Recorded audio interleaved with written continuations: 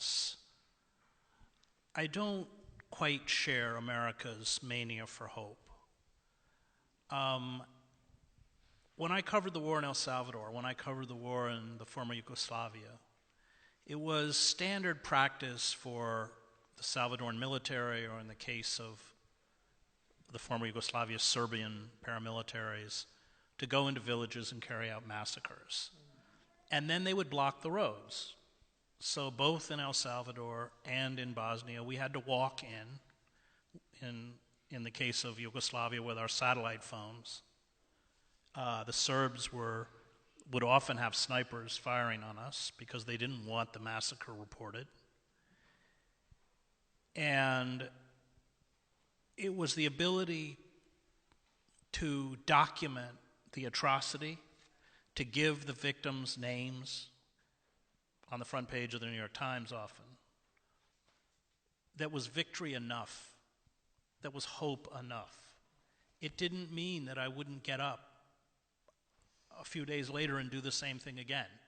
And we did this at tremendous risk.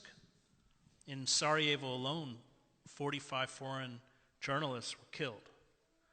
Dozens were wounded. And I think, as I mentioned with my students, that freedom and that hope is embodied in the act of resistance. Most of the great rebels in history, Malcolm, Martin, Sitting Bull,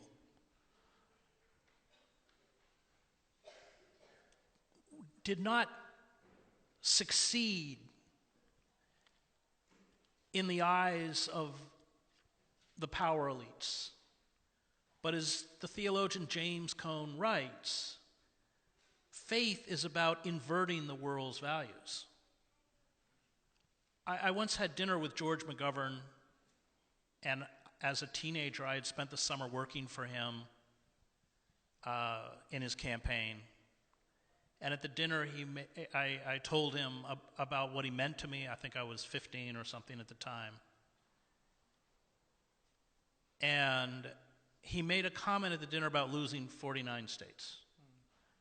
And I said, yes, but you never betrayed that 15-year-old boy. And I think that those of us who come out of traditions of faith have to have a different concept of time. We're all mortal. Injustice will exist long after we are gone. But it is these invisible witnesses, these magnificent figures who rise up in moments of extremity to do what is right, even at the cost of their own life. And I think for those of us who follow, it is about not betraying them. And that, for me, keeps hope alive. And, there's a scene in the, at the end of the Christian Gospels when Jesus is abandoned by everyone. I mean, the crowd turns on him, his disciples flee, everyone abandons him. But 3 weeks later, the disciples are picked up, brought before the court of the Sanhedrin, and if they profess faith, they will be condemned to death. And they do. And for me, that is an example of the power of the moral, of the spiritual life. That is the true, in the Christian faith, example of resurrection. And as Hamza knows, I was very close to my father, who was an anti-war activist, a civil Presbyterian minister, and so on, but who was pushed aside by the institution itself because of his stances. And that, for me, was a very good lesson, because I grasped that no institution, even the one you had dedicated your life to, will ever reward you for doing what is right. Well, it's interesting you say that, because I remember I had a conversation with you on the phone, and you said that your father taught you a very important thing, which was virtue is its own reward. And it really hit home for me for the first time, I think, oddly enough, the power of what that actually means, which is in the Quran. هَلْ جَزَاءُ الْإِحْسَانِ إِلَى الْإِحْسَانِ. is the reward of virtue anything other than virtue?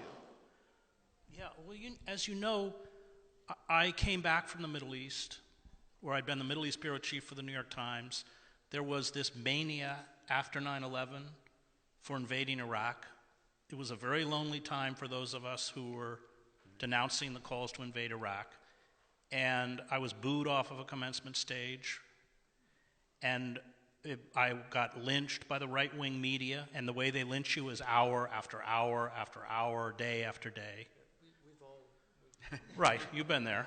And so I'm finally brought into the New York Times, and I'm given a formal written reprimand saying I'm not allowed to speak about the war in Iraq anymore.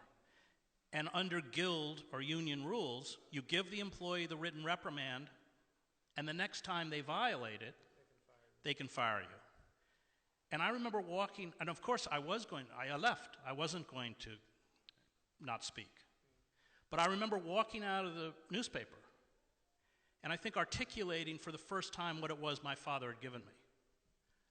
And that was freedom. I didn't need the New York Times to tell me who I was.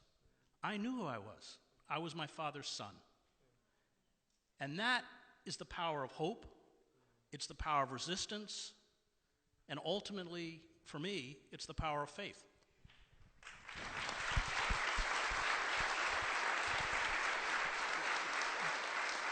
So, about what you just said about that you don't believe in the kind of hope, this American hope, but I think that was a distinction in the verses that were read. False hope is, the scholastic called it presumptio. It was the presumption that God will grace us because he has to. And it's interesting because I think Augustine said that despair and false hope equally killed the soul. Yeah. They both had the same effect. And one of the things in our tradition, hope, which is raja, is very different from false hope, which is umniya.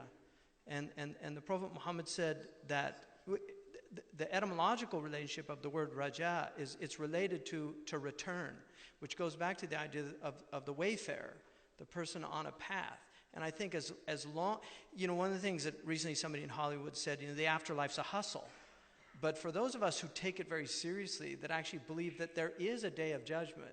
Socrates says, you might box my ears off in this life, right?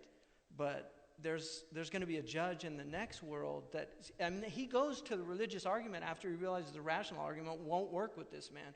And I think despair will happen when people lose sight of the day of judgment. And that's why to believe that there really is ultimate justice, that every person, even in our tradition, the animals will have their day on the day of judgment. So even animals that were wronged will be able to get their right on that day. The earth is raised up and will testify against those that oppress. The rivers will testify against those that polluted them.